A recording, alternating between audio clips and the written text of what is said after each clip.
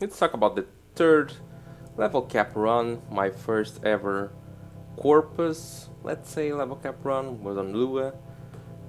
Pretty good, I would say it was the easiest of them all until the very end.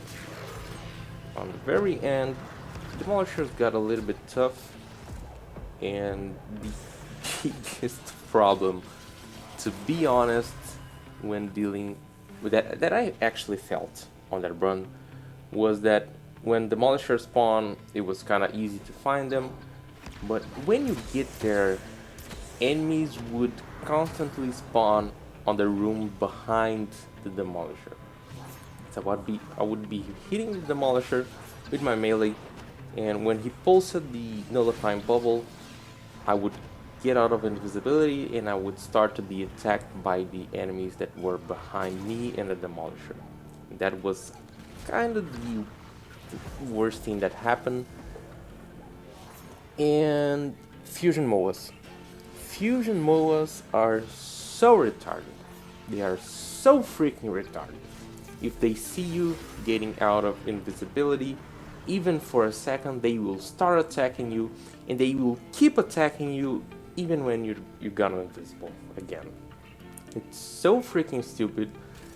I probably got killed by Fusion moas about 4 times in a row. 3 to 4 times. I died a total of 6 times that run. I had no health left, no revive left. 3 or 4 times were by Fusion moas. Once I killed myself because Malice got a mag bubble on me, and I used my epitaph and got a heat proc and killed me. There was nothing I could do about it. Rolling guard was on cooldown, so had nothing to do. But overall, the run was easy. I would say it was probably one of the easiest ones, just because using Toxin on the Nekana was bypassing the Corpus shields, and that was just very easy.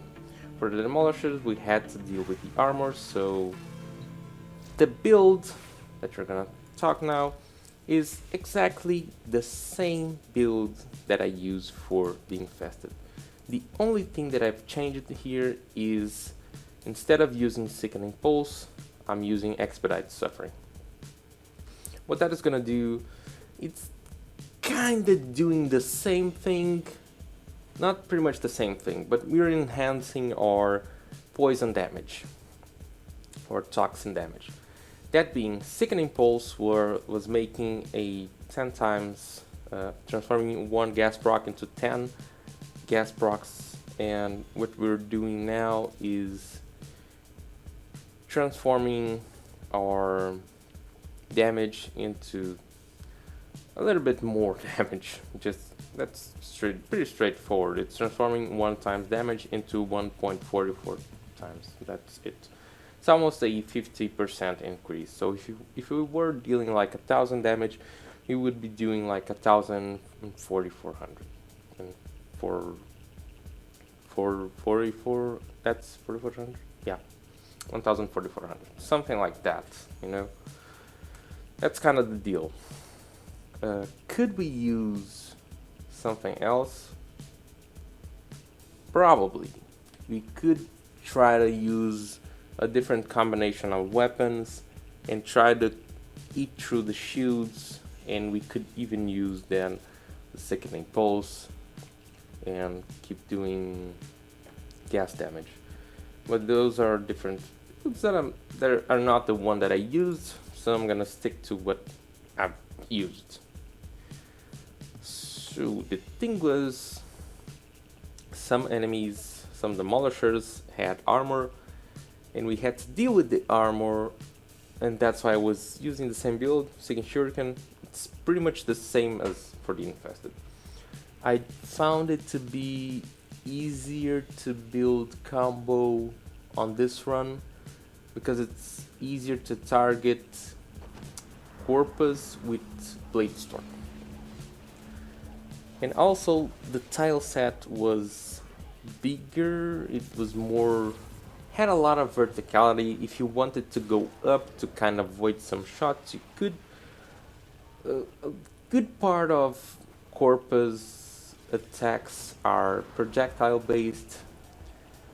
Not fusion moas are not there because fusion moas are retarded and they have what that fucking beams like a hit scan that's tracking your butthole.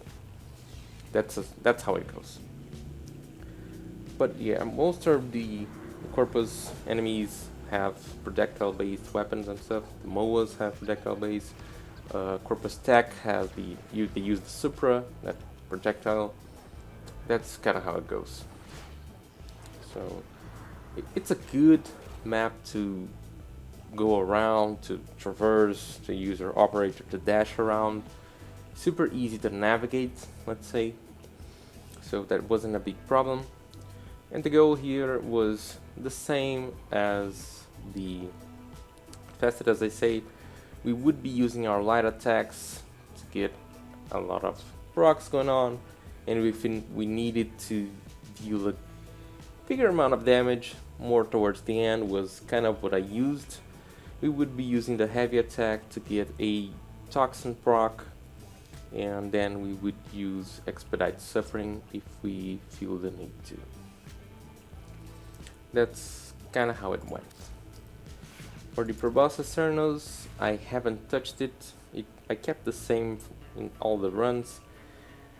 That could be something that if I changed the mods or changed the weapon, went with a fully toxin build for some weapon, could be this one, could be another one. It could have helped me a lot, because the moments where I died out of the fusion moa, retarded fusion moa, was enemies grouping up.